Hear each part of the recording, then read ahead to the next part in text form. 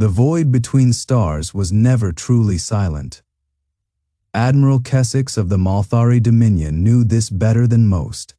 His command throne hummed beneath him, its flowing organic contours pulsing with faint bioluminescence as it adjusted to his shifting weight. The bridge of the Eclipse Sovereign stretched before him, a cathedral of crystalline silver and aurora, lit panels, where streams of purple, white energy coiled through translucent conduits, like veins of living lightning. Outside the panoramic viewports, the fleet hung in perfect formation, 12 battle carriers, sleek as blades, their hulls carved by solar winds into fluid, aerodynamic curves despite the vacuum. 57 destroyers, their flanks bristling with the signature weapon of the Dominion, kinetic rod launchers, each one a monument to Malthari's superiority, a weapon so devastating, so elegant in its simplicity, that no species had ever withstood its fury. Kessix allowed himself the faintest ripple of satisfaction across his chitinous brow.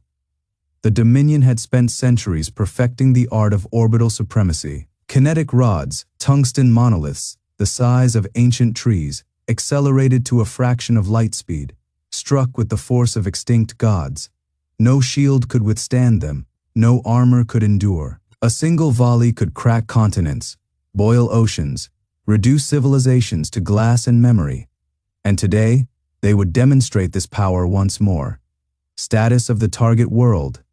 Kessix's voice was a low thrum, resonating through the bridge's harmonic chambers. At the sensor spire, Thalolan, his chief scientist, turned, her four-fingered hands dancing across a holographic interface.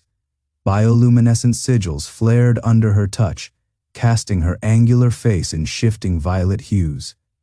Primitive, Admiral. Pre-FTL, their defenses are negligible, chemical projectile weapons, crude fission warheads. Their orbital platforms are little more than hollowed asteroids. A pause. They call themselves humans. Kessix exhaled, the sound vibrating through his thoracic vents. The reports had been conflicting. Scattered observations spoke of a species both fragile and ferocious. They bled easily, died quickly, yet they waged war with a tenacity that bordered on madness. They had clawed their way from their toxic cradle world through sheer, stubborn violence. But none of that mattered now. The Dominion did not conquer out of malice. They did it because the universe demanded order, and if a species could not be integrated, it would be reminded of its place. Prepare the first salvo, Kessix commanded. Across the fleet, rod launchers awakened. Magnetic coils thrummed to life, their energy signatures staining the void with rippling auroras, targeting arrays locked onto the blue-green world below, its sprawling cities glowing like embers in the night. A flicker on the edge of the sensor grid. Kessix's crest stiffened. Admiral, Thalolan said, her voice suddenly taut. Anomaly detected. Bearing 037 by ecliptic north, it's moving. The anomaly resolved into a shape, but like no ship Kessix had ever seen. Where Malthari vessels flowed like liquid metal, this thing was angular, brutal in its construction, a slab of armor and fury. Its hull was a patchwork of scorched plating and welded scars, as if it had been rebuilt 1,000 times in the heart of battle. And at its prow, etched in faded crimson lettering, a name, Un-S Retribution. Thalolan's fingers flew across her console. Energy signatures inconsistent with known propulsion systems. No detectable shield harmonics, but her voice hitched. Weapons. Admiral, it's armed. Kessix almost laughed. A single ship against the Eclipse Sovereign and its kin. Against kinetic rods that had shattered empires? Open a channel, he ordered. Let them hear their doom before it. The human ship moved. One moment, it hung in the void. The next, it lurched forward on plumes of fire. Real, chemical fire. Like some ancient beast awakening. It accelerated faster than anything so massive should, its trajectory a straight, screaming line toward the fleet. And then its weapons activated. Not energy beams, not plasma lances, The first projectile struck a Malthari destroyer before the crew could scream. The impact was not clean. It did not pierce. It shattered, a hypervelocity round the size of a ground car hitting with the force of a small moon. The destroyer's elegant, wind-carved hull crumpled like foil, its crystalline spires exploding into vapor. Atmosphere geysered into the void, freezing instantly into glittering clouds. Silence gripped the bridge. All vessels. Kessix roared. Fire! The Dominion's rod launchers unleashed hell. Tungsten spears streaked across the void, each one a killing blow. They crossed the distance in heartbeats, and the human ship dodged. It rolled, its thrusters flaring like the muscles of a predator, weaving between the rods with impossible precision. One grazed its flank, shearing armor like paper, but the ship didn't slow, didn't stop. It came closer, and then its missile bays opened. Kessix's blood turned to ice. The humans hadn't brought energy weapons. They hadn't brought shields. They'd brought more kinetic rods, and theirs were faster. The Retribution fired. The universe held its breath. Then the Malthari fleet learned what it meant to be outgunned. Section HFY. The unfathomable signature, the coalition's Scourge's tactical array pulsed with confusion. Purple. White energy streams flickered across its crystalline interface, struggling to reconcile the data flooding in from the human warship. No plasma signatures, no shield harmonics, no telltale warp. Distortions of gravitic propulsion, just raw, unfiltered mass, hurtling toward them at velocities that defied reason. The ship's AI, a sentient weave of quantum algorithms and Malthari intuition, cycled through diagnostics error. It recalibrated. No, the readings held. The human vessel was a paradox. Its engines burned chemical, primitive, by galactic standards. Yet it moved like a living thing, its thrusters flaring in bursts of controlled violence. Its armor was thick, layered in alloys the database didn't recognize, forged under pressures no civilized species would endure, and its weapons. The AI traced the trajectory of the incoming rods. They weren't just tungsten. They were reinforced, dense, core, hyper, accelerated, wrapped in ablation layers that shrugged off point. Defense fire like rain. Each one carried the kinetic equivalent of a small asteroid strike, and the humans had fired hundreds. The Malthari crew dismissed it as a sensor malfunction. Impossible, hissed the Lolan, his silver, veined fingers dancing across the holographic displays. No species uses kinetics at these ranges. The energy cost alone. Malvar, the fleet commander, didn't answer. His violet eyes were locked on the tactical feed, watching the human ship weave through their counterfire like a blade through water. The AI knew what he was thinking. The Dominion had ruled the stars for millennia. Their ships were works of art. Flowing organic curves, bioluminescent control nodes, weapons that harnessed the very fabric of spacetime. They had never needed brute force. A proximity alert shrieked. The human rod struck. The first impact shattered the Scourge's forward shield array like glass. The second punched through its aerogel hull, detonating deep within its atmospheric condensers. The third tore the ship in half. The AI's final thought was one of cold, clinical disbelief. They brought kinetic rods to a kinetic rod fight, and theirs were better. Then the void swallowed it whole. Section HFY.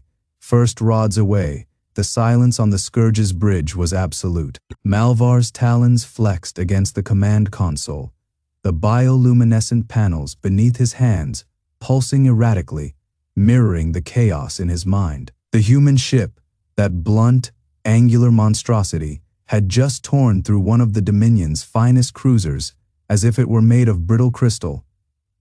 Thalolan, the scientist, stood frozen beside him, his silver crest flattened in shock. His voice, when it finally came, was barely a whisper. They didn't even slow down. Malvar's gaze flicked to the tactical feed.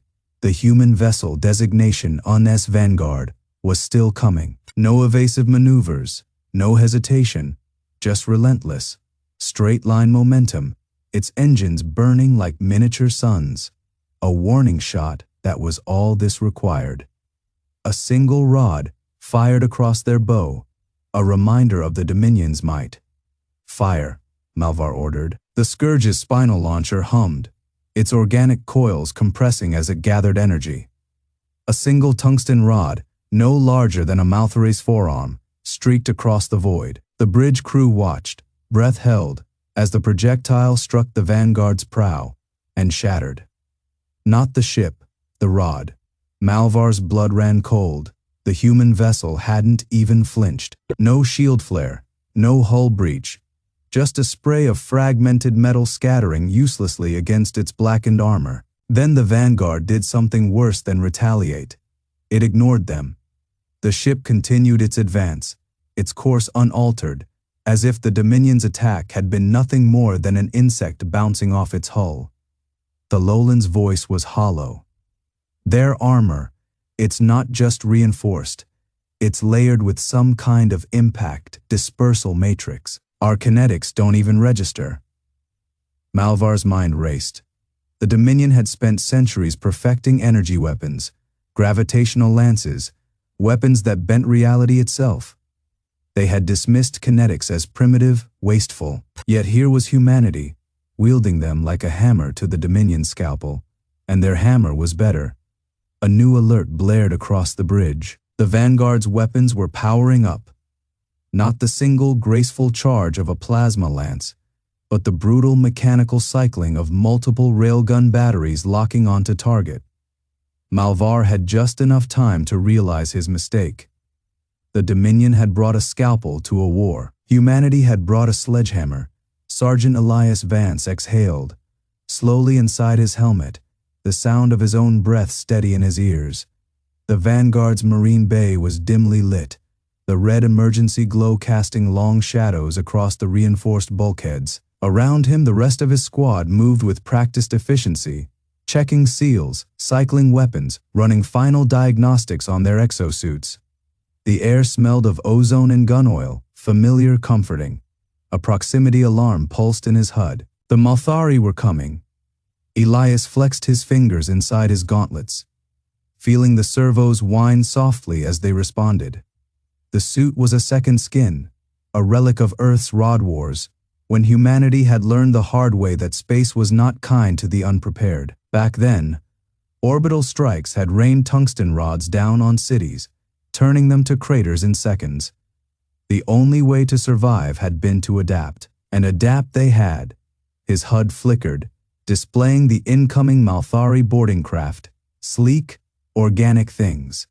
Their hulls shimmering with that same eerie purple, white energy that seemed to flow like liquid. They moved like living creatures, twisting through the void with unnatural grace. Elias smirked. Grace wouldn't save them. "Lock and load," he muttered over the squad channel. The response was immediate, a chorus of maglocks snapping into place, rail rifles humming as capacitors charged. The Malthari didn't know what they were walking into. The first breach came in a storm of violet light. The Malthari boarding pods latched onto the Vanguard's hull like parasites, their crystalline cutting beams slicing through the outer plating with surgical precision. Inside, the air screamed out into the void, but the Marines didn't flinch. They were already sealed, already braced. Elias watched through his helmet's external feed as the first Malthari warriors emerged. Tall, slender figures clad in flowing armor that pulsed with bioluminescent veins. Their movements were elegant, almost dance-like, as they stepped into the ship's gravity. Then they froze. The humans weren't scrambling, weren't gasping for air, weren't dying. They were waiting. Elias saw the exact moment the Malthari commander realized their mistake. The alien's silver, ridged faceplate tilted slightly, its glowing ocular sensors flickering in what might have been confusion. Then Elias fired. His rail rifle kicked, the hypersonic round crossing the distance in a microsecond. The Malthari's chest exploded, crystalline armor shattering like glass. The force sent the alien spinning backward, its body crumpling against the bulkhead in a spray of iridescent fluid. Chaos erupted. The Malthari moved fast, faster than any unaugmented human could. But they weren't prepared for this.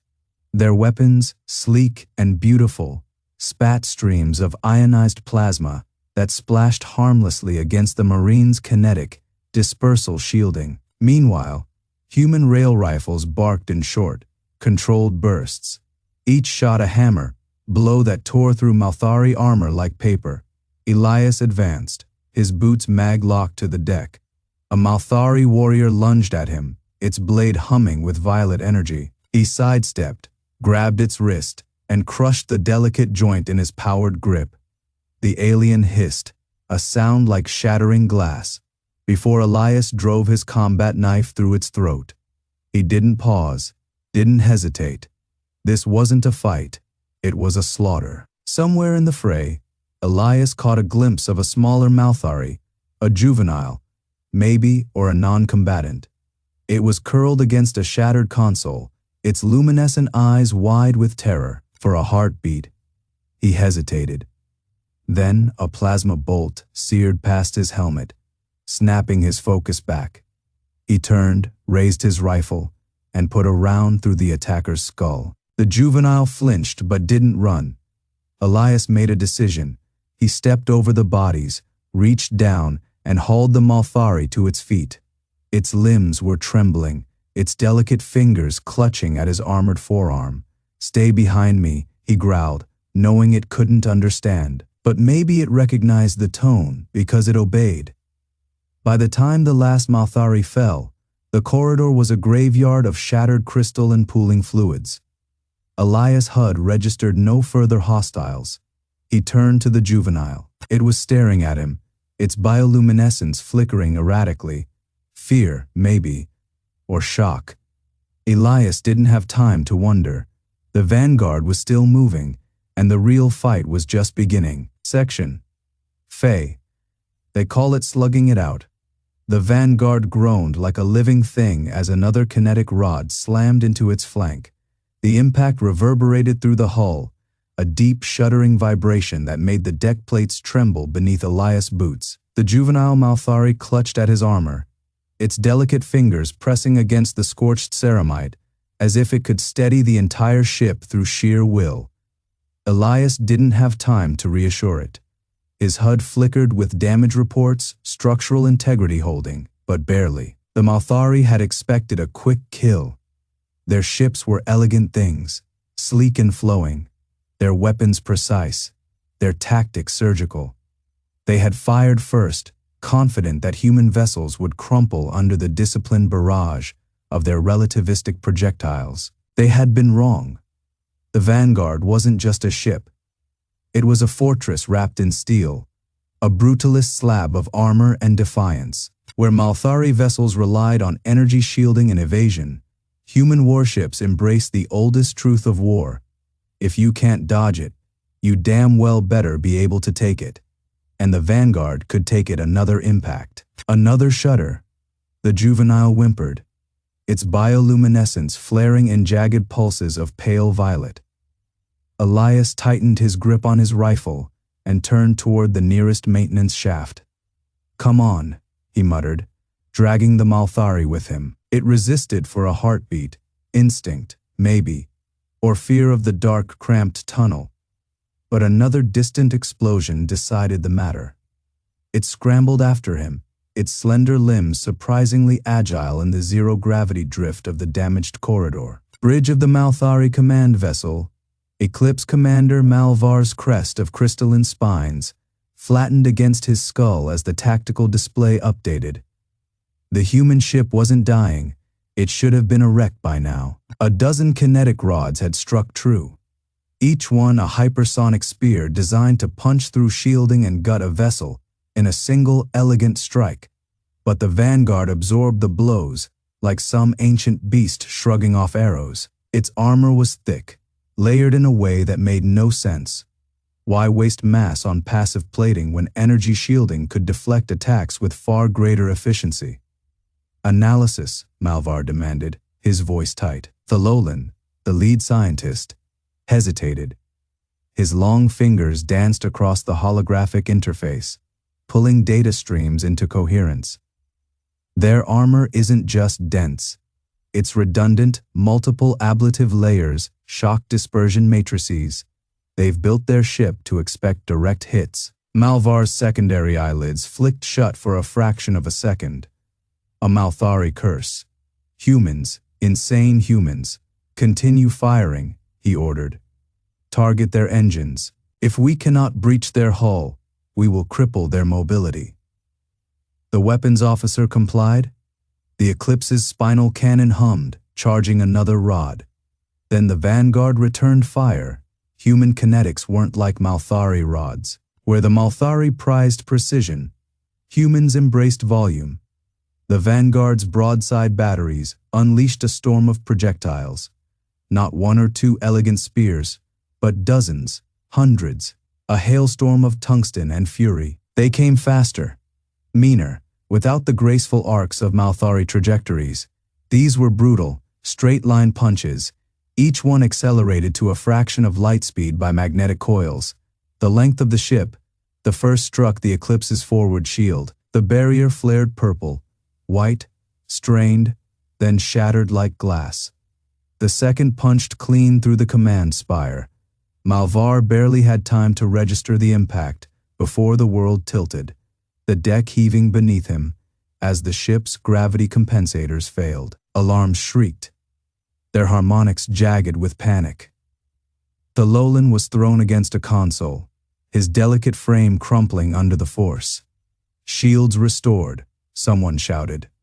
The third rod hit the Eclipse's primary reactor housing. The world dissolved into light. Elias felt the Vanguard's guns fire through the soles of his boots. The entire ship kicked, the recoil of the broadside reverberating through its bones, like the heartbeat of some primordial god. The juvenile Malthari flinched, its luminescent eyes wide. Elias didn't stop moving. Somewhere out there, the Malthari were learning a hard lesson. Humans didn't just take hits, they gave them, and they gave them harder. The Eclipse's AI core flickered, its crystalline matrices fracturing under the strain of catastrophic system failure. Bioluminescent panels pulsed erratically, casting jagged violet shadows across the ruined command spire. The air smelled of ionized metal and burning aerogel, acrid, unnatural. Malvar's body lay broken against the far bulkhead, his carapace split, violet ichor pooling beneath him. The Lolan was worse, his delicate limbs twisted at angles. No Malthari body should bend. His breathing shallow, erratic. Around them, the ship groaned, its organic architecture bleeding energy in shuddering waves. The AI logged the damage with clinical detachment. Primary reactor, breached. Secondary containment, failing. Hull integrity, life support, terminating. A new alert flared, proximity warning. The human warship Vanguard was still coming. It wasn't slowing down. The AI processed the data, cross-referencing known human combat doctrines. Ramming speed. The concept was absurd, barbaric. No civilized species would. The Vanguard's prow struck the Eclipse's midsection. The impact was not clean. It was not surgical. It was vicious. The AI felt its own system scream as the human vessel carved through the Eclipse's crystalline hull, like a blade through flesh. Bulkheads crumpled, power conduits detonated in cascading eruptions of purple-white plasma. The deck bent, then sheared, spilling crew into the void. The Lolan gasped, his voice a whisper. Malvar, the younglings, the evacuation pods. Malvar couldn't answer. His mandibles twitched, his vision swimming. He saw the human ship, its armored flanks scorched but unbroken, still pushing forward, still driving through the wreckage of his vessel as if it were nothing. The AI recorded it all. They do not stop. They do not care. Somewhere in the chaos, a single escape pod launched, a cluster of juvenile Malthari, their luminescent eyes wide with terror, their caretaker's body slumped over the controls. The pod streaked away, a fragile spark against the void. The Vanguard's guns tracked it. For one terrible moment, the AI believed the humans would fire. The guns shifted. A single human voice crackled over the comms, rough with static but unmistakably alive. Let them go. The AI did not understand. The Eclipse's core detonated. The last thing the AI registered was the Vanguard pulling away, its engines flaring crimson against the dark. Untouched, they do not stop. They do not care. But they let the young live. The transmission ended there. Section Fe. The human doctrine, the Vanguard's hull, groaned as it settled into dry dock, its armor pitted and scorched, but intact. The Malthari had thrown everything at it. Plasma lances, singularity warheads, even kinetic rods. And yet, the ship had endured, not by dodging, not by retreating, by taking the hits and firing back twice as hard. Major Rebecca Fraiser stood in the observation blister, her reflection ghostly against the reinforced glass. Below, engineers swarmed over the Vanguard like ants on a carcass, welding fresh plating over the wounds. The ship had been built for this. Human ships always were. A chime at the door. She didn't turn. Major. Captain Nathan Kim's voice was rough, still hoarse from the battle. His left arm was encased in a med. Brace, the nanite infusion knitting shattered bone back together. Report, she said. Kim exhaled. 30. 2 dead. 47 wounded. Reactors stable. But the portside rail arrays scrap. Well need a full rebuild. Fraiser nodded. Expected. Human ships didn't break easily, but they did break. The difference was, they kept fighting anyway. Kim hesitated. The Malthari pod made it to their lines. Fraiser's fingers tapped the glass. Their command fleet picked it up 3 hours ago. Kim's jaw tightened. They'll know we let them go. Silence. The Vanguard's dry dock was a cathedral of steel and sweat. The air thick with ozone and the acrid tang of burnt metal. Human engineering, brutal, inelegant, effective, no flowing organic curves like Malthari tech, no bioluminescent panels or aurora. Hued energy streams, just reinforced bulkheads and guns that fired even when half the ship was venting atmosphere. Kim finally spoke again. They won't thank us. Fraiser almost smiled. No, but they'll remember. 3 sectors away, the Malthari command nexus hummed with tension. The Eclipse's last transmission played on loop. The AI's final observations flickering across crystalline displays. They do not stop. They do not care. But they let the young live. Commander Malvar's talons flexed against the command dais. The humans should have fired. By every law of war, every doctrine of survival, they should have obliterated that pod. The Malthari would have, yet they hadn't.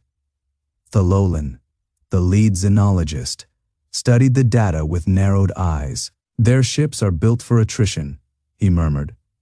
Their armor isn't designed to evade. It's designed to absorb punishment and retaliate. He tapped the display, pulling up schematics stolen from a dozen battlefields. Look at the redundancy, the sheer mass. They don't dodge kinetic rods. They eat them and keep firing. Malvar's crest flared. Madness. Thalolan shook his head. No, doctrine. The humans didn't fight like the Malthari. They didn't dance between plasma arcs or weave through gravity distortions. They brawled. They closed distance, took the hits, and outlasted their enemies. And now, they had spared the young Malvar's gaze lingered on the pod's trajectory, a single fragile line arcing to safety, a line the humans had deliberately not crossed. That unsettled him more than the Vanguard's guns. Back on the Vanguard, Fraiser finally turned from the viewport. Prep the crew, she said. We ship out in 6 hours. Kim nodded. The Malthari will come again. Let them. Fraiser's voice was iron. They'll learn the same lesson everyone else does. Humans didn't fight clean, but they did fight to win. And sometimes, just sometimes, they fought to let the innocent live. Kim saluted, his grin sharp. The Vanguard would be ready. Section Fae. The fleet panics. The Malthari armada unraveled like a fraying nebula. Kessix remaining ships, those that had survived the Vanguard's brutal opening salvo, broke formation in a chaotic scatter. Bioluminescent control panels flared erratic violet across their bridges as crews abandoned doctrine, some firing wildly into the void, others igniting their atmospheric drives in desperate retreat. Their crystalline hulls, once proud and gleaming under the light of distant stars, now flickered like dying embers. Malvar watched from the command spire of the Eclipse Serpent, his primary tendrils coiled tight around the neural interface. The data streams flooding his mind were a storm of panic. They were running, not from superior technology, not from some grand tactical masterstroke, from momentum. The human ships didn't weave, didn't dodge. They accelerated straight-lined, relentless, their engines burning white, hot as they pursued the scattering Malthari vessels. No elegant plasma arcs, no gravity, distortion dances, just raw, unbroken thrust, closing the distance with terrifying inevitability. One of the fleeing cruisers, the Dawn's Veil, attempted a last stand. Its flowing organic turrets swiveled, unleashing a barrage of ionized plasma. The shots connected, flaring against the Vanguard's armored prow, in bursts of violet fire. The human ship didn't deviate, didn't even slow. It ate the hits, its monstrous hull shedding molten plating like dead skin, and kept coming. Then it returned fire, not with the elegant energy lances of Malthari warfare, not with the precise calculated strikes of a species that valued artistry and destruction. With railguns, the projectiles struck near, light punching through the Dawn's Veil's crystalline armor like a fist through glass. Atmosphere vented in shimmering plumes of frozen gas. The cruiser listed, its bioluminescent panels flickering out one by one as its power core destabilized. And still, the humans came. Malvar's secondary heart pulsed erratically. This wasn't war as he understood it. This was consumption. The humans didn't fight to disable, to force surrender. They fought to erase. A proximity alert shrieked through the Eclipse Serpent's neural net. One of the human pursuit ships, a sleek, dagger-like destroyer, had locked onto them. Evasive. Malvar barked, his voice modulator crackling with static. The helmsman obeyed, twisting the ship into a spiraling dive, their gravity drives humming as they attempted to slip into the distortion wake of a nearby gas giant. The human ship corrected course without hesitation. No finesse, no hesitation. Just forward. A transmission, not from the warship, from a smaller vessel, drifting near the wreckage of the Dawn's Veil. A life pod. Malvar's tendrils twitched as the signal resolved. Visual feed. A Malthari female, her carapace cracked along one side, clutching a juvenile close. Their bioluminescence was dim, flickering, oxygen starvation. The pod systems were failing.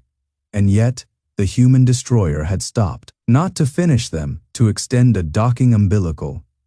Malvar's mind reeled. This made no sense. The humans had butchered warships without mercy. Yet now they paused their hunt to save 2 civilians. The Lowland's voice cut through the chaos, his neural link humming with grim realization. They spare what they deem innocent. The words struck deeper than any railgun round. The Malthari had never done the same. Malvar's gaze lingered on the feed as the human vessel secured the pod, its weapons still trained on the fleeing Eclipse Serpent. The humans did not fight clean, but they chose who they fought. That was far more terrifying than their guns. Section Fae, the rod that broke the galaxy, the Eclipse Serpent shuddered as another volley of human kinetics punched through its failing shields. Malvar's claws dug into the command console, the organic metal yielding under his grip like wet clay. The bridge reeked of ionized plasma and the acrid tang of leaking coolant, a scent that clung to the back of every Malthari throat like a funeral shroud. On the tactical display, the human destroyer Iron Resolve loomed like a specter, its angular hull scarred but unbroken. It had taken everything the Serpent could throw at it, plasma lances, gravity shears, even a full spread of bio-corrosive torpedoes, and still it came, relentless, unyielding. And now it had stopped to save 2 Malthari civilians. Malvar's secondary heart pounded in sync with the damage alerts flaring across the holo display. The Serpent was dying. Its once pristine bioluminescent panels flickered erratically, their aurora hues dimmed to a sickly violet. The flowing power currents that had once pulsed through its crystalline superstructure now sputtered like a dying star. "High Commander." The Lowland's voice was a rasp, his vocal membranes strained from inhaled toxins. "The ventral rod silos are still operational." Malvar's crest, spine stiffened. The Serpent's last trump card, a full magazine of kinetic impactors, each a sleek needle, like projectiles sheathed in anti-sensor chaff. The Malthari had always favored elegance in their weapons, precise, beautiful, clean. But elegance wouldn't save them now. "Load them," Malvar ordered. "All of them." The Lowland hesitated. "That will leave us defenseless." The Serpent's organic targeting systems whirred, aligning the silos in a final, desperate broadside. The humans had shown mercy to civilians, but they would show none to a warship. And neither would Malvar.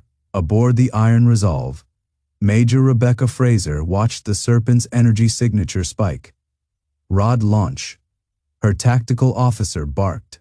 Multiple contacts, hundreds of them. The display lit up with crimson markers as the Malthari cruiser unleashed its entire payload in a single glittering wave. The projectiles streaked through the void, their chaff shrouds blooming like silver petals in the dark. Fraiser's lips thinned. "Countermeasures? Point defenses tracking, but..." The officer swallowed. "There's too many, some will get through." She exhaled through her nose.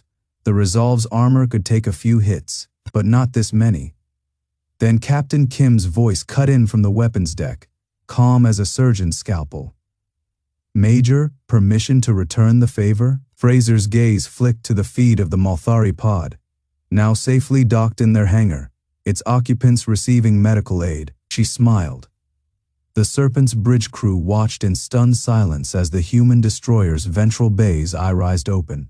Not to deploy countermeasures, not to flee, but to fire back. A storm of tungsten rods erupted from the Resolve, their thrusters igniting mid-launch. Unlike the Malthari's elegant needles, these were brutish things, thick as a warrior's arm, their noses blackened from atmospheric re-entry tests planetside. And they were fast. Malvar's tertiary eyelids snapped shut as the first impacts registered. The human rods didn't just collide with the Malthari projectiles, they annihilated them, detonating in bursts of shrapnel that shredded the incoming swarm. But the humans hadn't just intercepted, they'd calculated. The debris field from the shattered rods spread like a fractal blade, each fragment still carrying enough velocity to punch through the Serpent's weakened hull. The cruiser convulsed as 1,000 tiny impacts tore through its organic armor, rupturing conduits, severing neural links, gutting its crystalline spine. Alarms wailed, the deck plates buckled, and then the Serpent's core containment failed. The Lowland's last thought, as the plasma fires consumed the bridge, was of the human destroyer pausing to save 2 lives.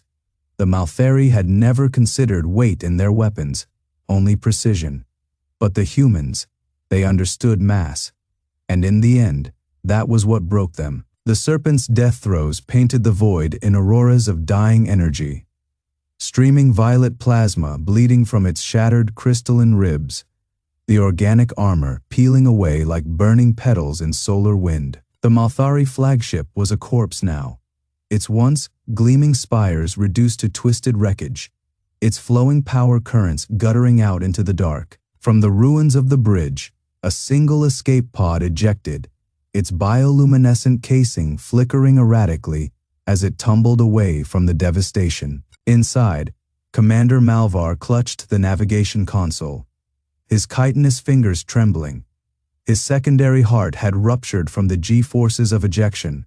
Violet ichor seeped from his joints, pooling at his feet. The pod's atmospheric recyclers wheezed, struggling against the carbon dioxide slowly filling the chamber.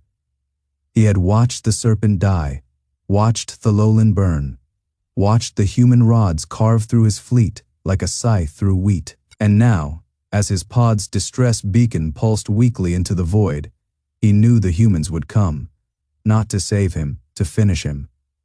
The UN's Retribution hung motionless amid the wreckage, its angular hull a brutal contrast to the Malthari's organic grace. Its railgun batteries still glowed cherry, red from sustained fire, heat distortion shimmering around their barrels on the bridge. Major Rebecca Fraiser studied the tactical display, the last Malthari pod drifting like a wounded insect, its energy signature fading. Target locked, her weapons officer murmured. One shot ends it. Fraiser exhaled slowly. The Malthari had come to cull humanity, to burn their worlds and leave them choking in the ashes of their own arrogance. She remembered the sensor logs from the engagement. The human destroyer breaking formation to intercept a drifting Malthari life pod. Its occupants, a wounded mother and child. The humans hadn't hesitated, hadn't calculated. They had simply acted. Stand down, Fraiser ordered. Her crew stiffened. Mom, open a channel. Malvar's pod shuddered as a gravitational tether locked onto it, dragging it toward the Retribution's gaping ventral hangar. He had expected boarding drones, nanite swarms, a bullet through the viewport. Instead, the pod hissed open to reveal a single human soldier, Captain Nathan Kim, his armor scarred from battle, his pulse rifle slung casually across his back. No helmet, no visible aggression, just assessment. Malvar's mandibles clicked weakly. You spared me. Kim's smile didn't reach his eyes. Not mercy message. He tossed a data crystal onto the deck. It projected a star map, the Malthari homeworlds highlighted in crimson. Your fleet's gone. Your weapons failed. And now, he leaned in. You're going to tell your people exactly what happens if they ever point a gun at us again. Malvar's breath hitched. The humans weren't offering terms, they were offering a choice. And for the first time in his life, the Malthari commander understood fear. The Malthari Dominion had never known silence like this. Across the homeworlds, the crystalline spires stood dark, their aurora, like energy flows dim to a sickly flicker. The great atmospheric condensers, once humming with the power of 1,000 warships, now stood idle. The skies scraping command citadels, their flowing organic architecture designed to inspire awe, were instead filled with whispers. The battle had been broadcast, every Malthari with access to a terminal had seen it. The human fleet, outnumbered 10-1, refusing to break. They had watched as their own ships, sleek and radiant with purple-white energy, had shattered under the relentless kinetic fury of human railguns. They had witnessed the moment their Grand Admiral's flagship, the Eternal Dawn, had cracked open like an egg, spilling molten debris into the void. And then, worst of all, they had seen Retribution. The human dreadnought, its blackened hull still smoking from the battle, had lingered in high orbit over Malthar Prime, not firing, not bombarding, just waiting. The message was clear. From Thololan, senior analyst of the Malthari Science Conclave, we were wrong. The words burned across every screen in the Dominion. Thololan, once a proud advocate for the superiority of Malthari technology, now stood before the assembly with his bioluminescent crest dulled in shame. We assumed their weapons were crude, their tactics reckless, but we failed to understand the fundamental truth of humanity. A holographic projection flickered to life behind him. Footage of the battle. Human fighters, outmaneuvering Malthari interceptors with impossible precision. Their railgun slugs punching through shields that should have been impervious. Their boarding teams moving like ghosts through the corridors of Malthari vessels, disabling reactors without a single casualty. They did not win because they were stronger. They won because they were worse. A murmur rippled through the chamber. Worse? Someone dared to ask. Thololan's voice dropped to a whisper. Worse at losing, worse at surrendering, worse at accepting defeat. They do not fight to conquer, they fight to end wars. The footage changed. Now it showed Captain Nathan Kim standing over Malvar, the data crystal gleaming between them. The human's words echoed across the silent hall. "You're going to tell your people exactly what happens if they ever point a gun at us again." Major Rebecca Fraiser stood on the observation deck of the Retribution, her arms crossed as she watched Malthar Prime rotate below. The planet was beautiful. Crystalline cities glowing like scattered jewels, the atmosphere shimmering with ionized currents. A shame Daybed almost had to burn it. Captain Kim stepped beside her, his armor still streaked with carbon scoring. "Think they'll listen?" Fraiser didn't answer immediately. She watched as the first Malthari delegation ships, their energy signatures pulsing in surrender, ascended toward orbit. "They'll listen," she said finally. "Because next time, we won't stop at their fleet." Kim exhaled, long and slow. Good. Far below, the Malthari were learning the hardest lesson of all. Humans didn't just win wars, they made sure no one ever dared start another. The Malthari data crystal hummed softly in the playback chamber, its aurora-lit surface flickering as it projected the last transmission of Sergeant Elias Carter. The recording was old, decades before the war, but the words carried the weight of prophecy. Commander Malvar stood motionless, his crystalline fingers resting against the console. Thalolan, the scientist, had insisted he watch this. "To understand," she had said, "to see what we never did." The hologram resolved into the scarred face of a human soldier. Elias Carter's eyes were dark, his expression weary but unbroken. Behind him, the interior of a human dropship rattled violently, the roar of atmospheric entry drowning his first words.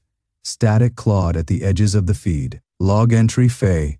Final transmission." Elias exhaled, his breath fogging in the freezing air of the cabin. His armor was cracked, one arm bound in a makeshift sling. Blood streaked his jaw. They called it a suicide mission. Maybe it was. The image shuddered as the dropship banked hard. Outside the viewport, the sky burned Malthari orbital defenses, painting the clouds purple, white with their energy lances. "But here's the thing about humans," Elias continued, his voice steady despite the chaos. "We don't believe in suicide missions, only necessary ones." The feed cut momentarily, then stabilized.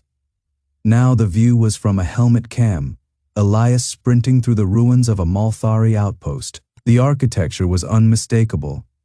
Flowing organic spires now shattered, their bioluminescent veins sputtering like dying stars.